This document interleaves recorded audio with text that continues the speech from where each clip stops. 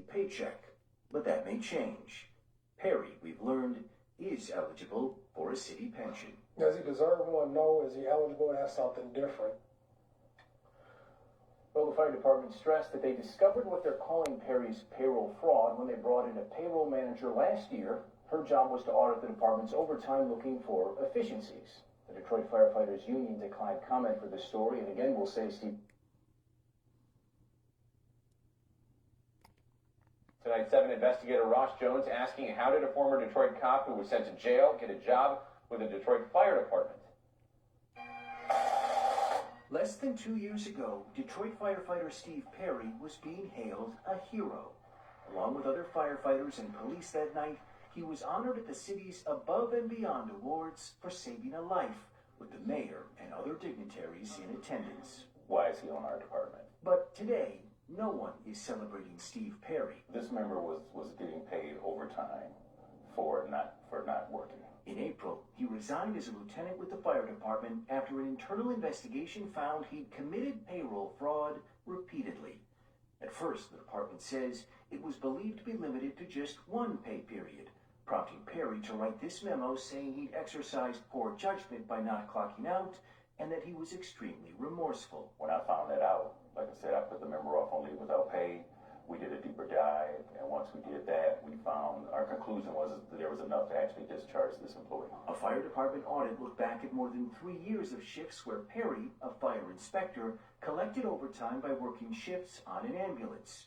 Of the 246 days he was paid for, the city could only confirm he worked 54 of them, meaning that for 192 shifts he was paid overtime, the city isn't sure he even worked.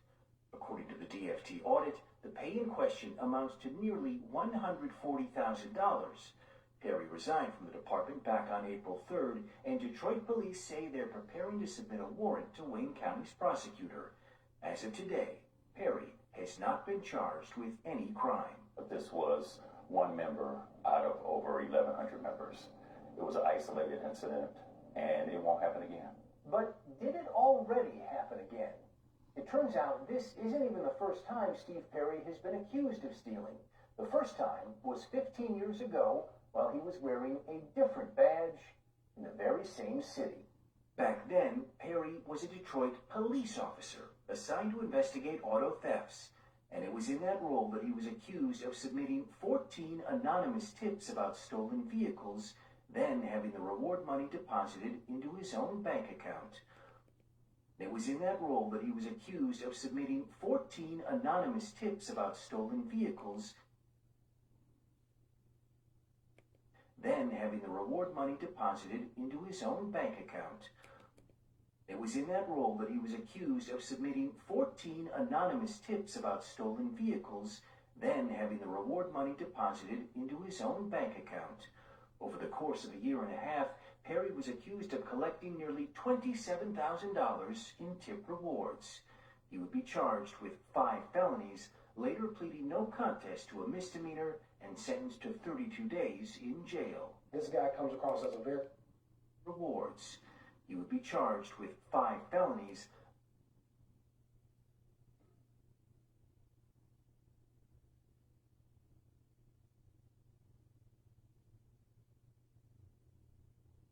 later pleading no contest to a misdemeanor and sentenced to 32 days in jail. This guy comes across as a very nice guy. You couldn't tell me he has done something like this. Ricardo Moore remembers Perry from his time working for DPD.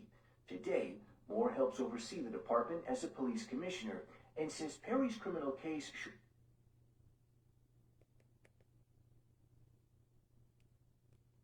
have ended his career in public service. So why didn't it? A simple internet search would have produced this information. Where was the background investigation? To think that a guy who went to jail for a month for allegedly stealing while he was a police officer, who then gets a job with the fire department, that doesn't make a lot of sense, does it? Yeah, and I really can't speak on that part. Back in 2014, Commissioner Sims was not in charge of the fire department when Perry was hired.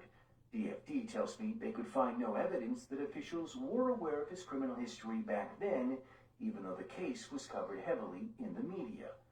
A search of court records today does not return any record of Perry's 2009 criminal case, meaning it is likely he had the case expunged. Still, even the fire commissioner doesn't understand how Perry got a second chance. 2009 criminal case, meaning it is likely he had the case expunged. Still, even the fire commissioner doesn't understand how Perry got a second chance. Perry's 2009 criminal case, meaning it is likely he had the case expunged. Still,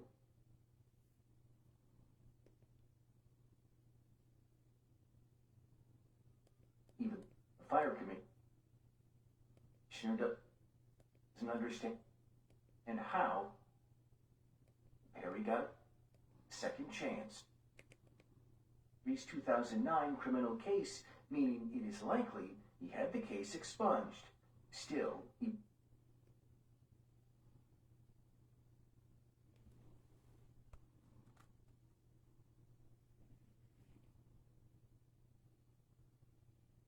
the fire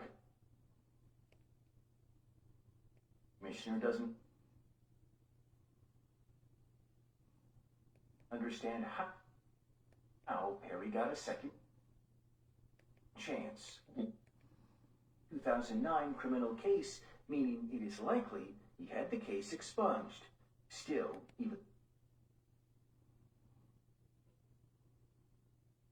the fire commissioner doesn't understand how Perry got a second chance. You know, a person who has a history. Meaning it is likely he had the case expunged. Still, even the fire commissioner doesn't understand